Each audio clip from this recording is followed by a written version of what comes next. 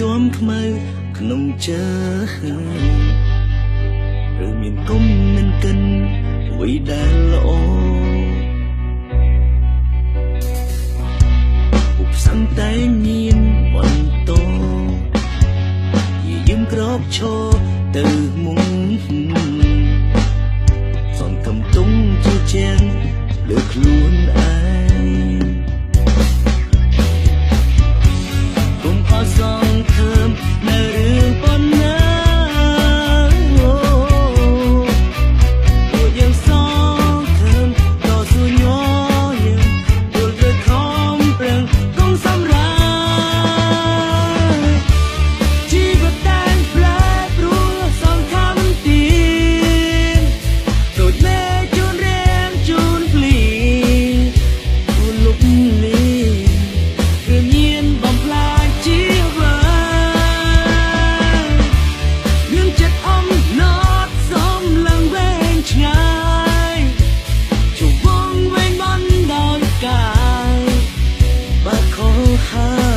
ចាប់ឡើងថ្មីអូសុខុំសម្រាប់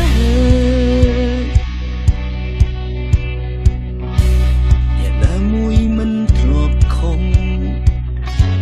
ធ្លាប់សាងកំហុសដូចគ្នាឬមានកម្មពីលើ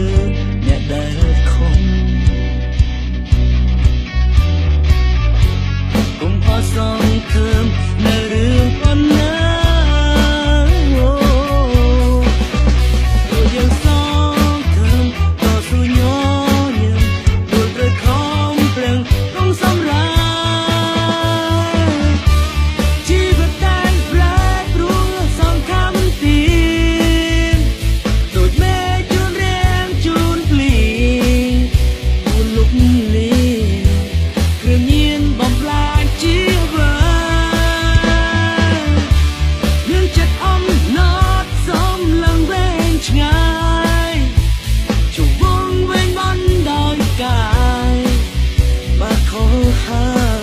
ចាប់ឡើងថ្មីអូសុខុំសម្រាប